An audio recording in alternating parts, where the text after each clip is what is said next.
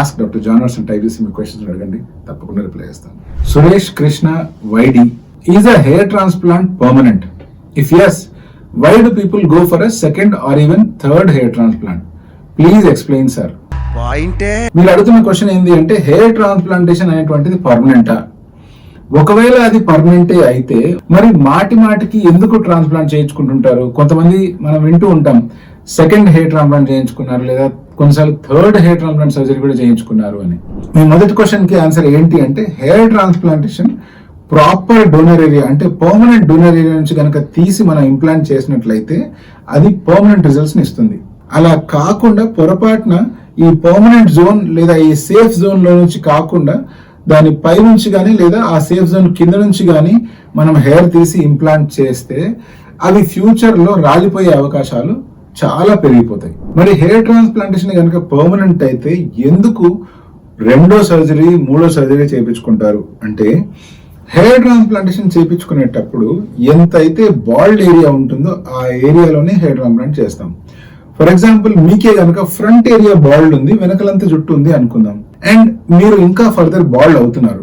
అటువంటిప్పుడు ఫస్ట్ నేను ఇచ్చే సజెషన్ ఏంటి అంటే, పూర్తి బాల్డ్ వచ్చేసి కంప్లీట్ గా బాల్డ్నెస్ ఆగిపోయి ఇంకా ఫర్దర్ బాల్డ్ అవ్వట్లేదు అని తెలిసిన తర్వాత హెయిర్ ట్రాన్స్ప్లాంట్ చేయించుకోమని. మనకు ట్రెడిషనల్ హెయిర్ ట్రాన్స్ప్లాంటేషన్ బుక్స్ కూడా ఇవే సజెస్ట్ చేస్తాయి. కానీ ప్రత్యేకించి క్లయింట్స్ ఏమంటారంటే, సార్ నేను బట్టలు అయ్యేంత వరకు వెయిట్ చేస్తూ కూర్చుంటే నాకు వయసు అయిపోతుంది, ఈ ఏజ్ లో ఎక్స్పీరియన్స్ చేయవలసిన బ్యూటిఫుల్ థింగ్స్, బ్యూటిఫుల్ మెమరీస్ ఇవన్నీ నేను బట్టతల్లోనే మిగిలిపోవాల్సి వస్తుంది, అందుకని నాకు ఎంత బాల్డ్ ఉందో అట్లీస్ట్ అక్కడనే జుట్టు పెట్టండి, తర్వాత చూసుకుందాము అంటారు. సో యూజువల్ గా ఇటువంటి సిచ్యువేషన్ ఎదురైనప్పుడు నేనేం సజెస్ట్ చేస్తానంటే, ఫ్రంట్ ఏరియాలో హెయిర్ ట్రాన్స్ప్లాంటేషన్ చేసి, అంటే ఎక్కడైతే లాస్ ఉందో, ఫర్ ఎగ్జాంపుల్ బ్యాక్ ఏరియాలో లాస్ ఉందంటే బ్యాక్ ఏరియాలో ట్రాన్స్ప్లాంట్ చేద్దాం. సో ఆ ఏరియాలో ట్రాన్స్ప్లాంట్ చేసి ఏ ఏరియాలో అయితే ఇంకా బాల్డ్నెస్ రాలేదో బట్ వచ్చే అవకాశం ఉందో వాటిని అట్లీస్ట్ బేసిక్ మెడికేషన్స్ వాడి కాపాడుకోవాలని సజెషన్ ఇస్తాను. కొన్నిసార్లు ఏం జరుగుతుంది అంటే, మెడిసిన్ వాడుతున్నప్పుడు ఆ బాల్డ్ అవ్వాల్సిన ఏరియా బాల్డ్ అవ్వకుండా అలాగే మిగిలిపోతుంది, అంటే జుట్టు అలాగే మిగిలిపోతుంది. సో ఇటువంటి వాళ్ళకి ఫ్యూచర్ లో ఎటువంటి ట్రాన్స్ప్లాంట్ అవసరం రాదు.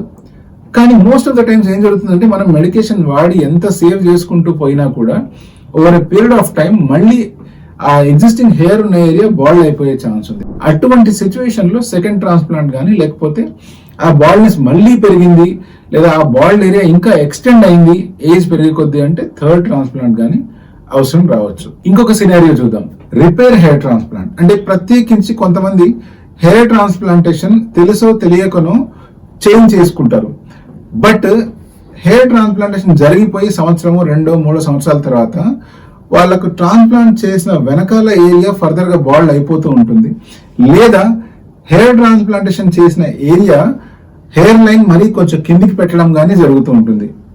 సో అటువంటి సిచ్యువేషన్ లో వాళ్ళు దాన్ని కరెక్ట్ చేసుకోవాలని అనుకుంటూ ఉంటారు.